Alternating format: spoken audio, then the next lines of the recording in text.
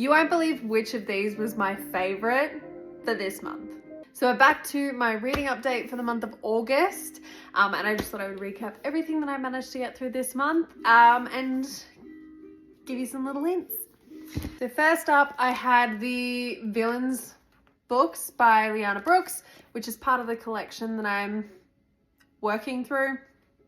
I had a couple from last month that I worked through, a couple from this month, and I have one more of hers that I've got on my TBR for September. Oh my god, it's September already.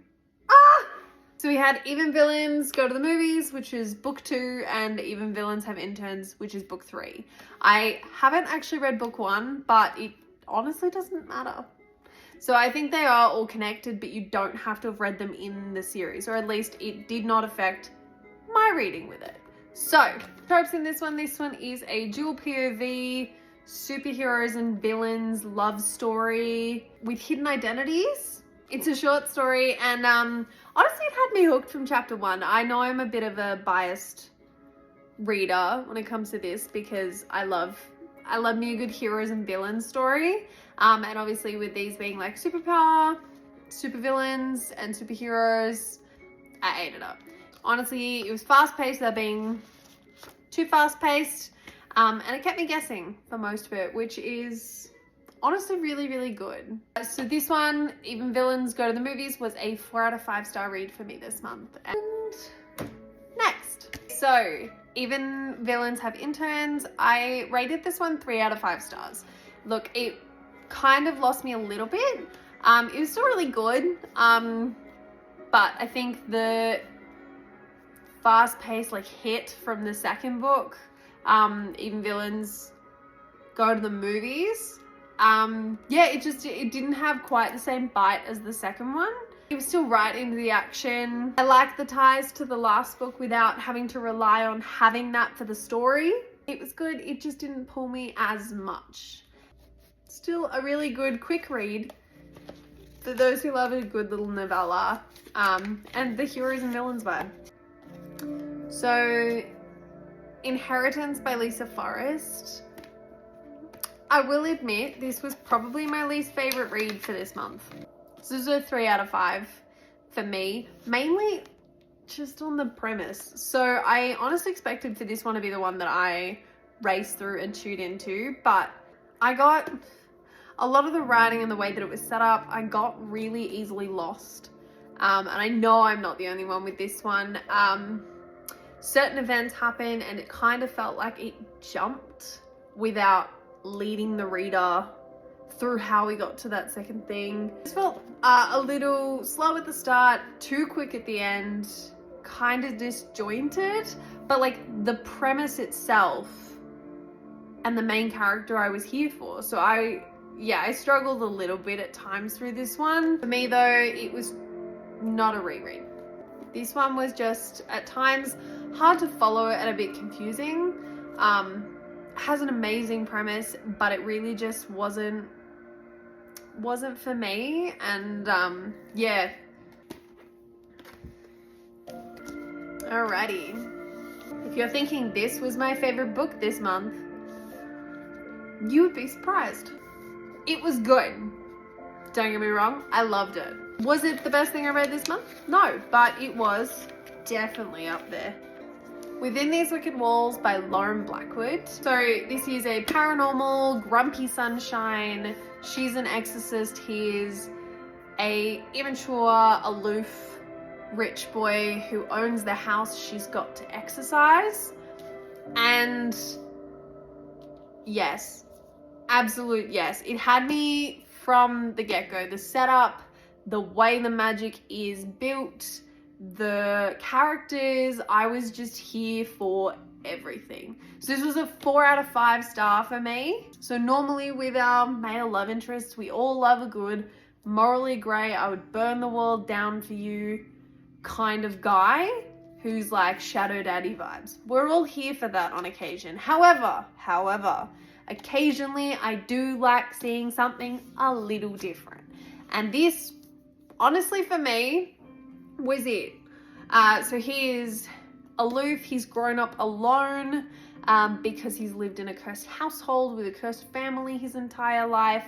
So he really doesn't know how to socialize and how to express himself or pay attention to people's boundaries, not in a creepy way. So it's just more like he doesn't understand why he has to wear a shirt.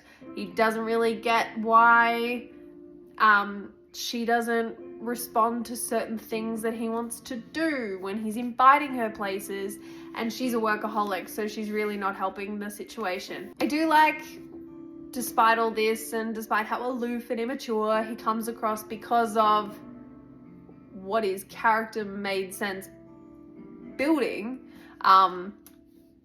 part of his build of his character, it makes sense why he is aloof and immature and not great at social cues.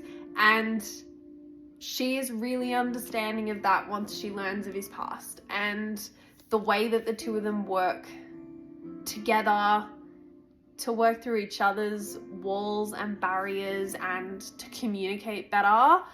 I love.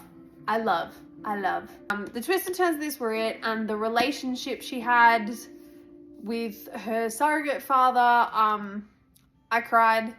It was beautiful. It was different. It was painful. It was not an ideal relationship, but the way that it was treated in this story, I enjoyed and felt true to people.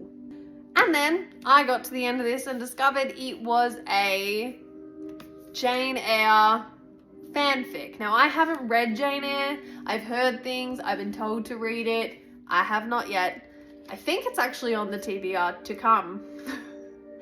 But I actually really enjoyed this, and it would have been my favorite read of the month had a surprise not come into play and blown everyone out of the water. This was my 4.5 out of 5-star read, and it would have been my favorite read had another book not swooped in and surprised me beyond anything else and taken my favorite read of the month without competition.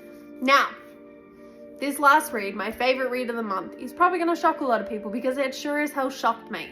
It is not fantasy. It is not romance. Really. It's not any of the typical genres that I read. And I read this first because I thought it would be the longest that I would have to drag through that I would not enjoy.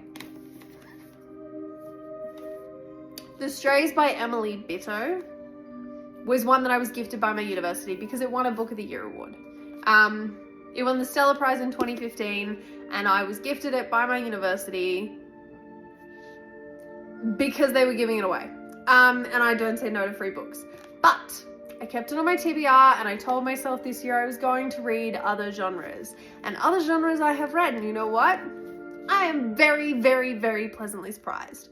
The best way I can describe this book, which was a 5 out of 5-star read for me, the best way I can describe this book is that you are in someone else's emotionally charged, nostalgic memories written in poetic prose, but in a way that doesn't lose you, in a way that is tension-filled and emotionally driven and makes you feel all of that as well. So despite the fact it was a history book set in Australia in the 1930s, yes, in the art scene, the whole central theme of this is about childhood friends and how they grow apart and change, and like the attitudes we have towards our friends when we're kids versus when we grow up and we're adults, and how we look back on things and all of that without spoiling anything.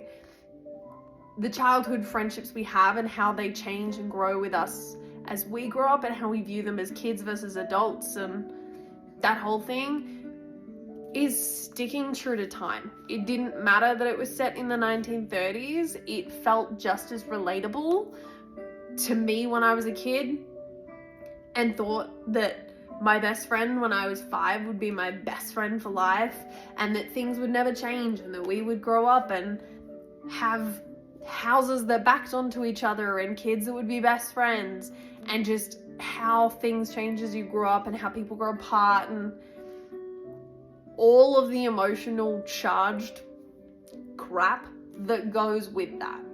And this captured it perfectly in great writing. So, extremely surprised, not mad. This was my favorite read of August. Have you read any of these? Would you stick any of these on your TBR? And just let me know your thoughts, because honestly, sometimes I really like hearing other people's books that they've read that have surprised them. Even if it's like a genre that you normally don't read that you got surprised by, I'd really love to know. So if you comment, let me know. And as always, if you like my videos, subscribe, like, share. I will always appreciate it.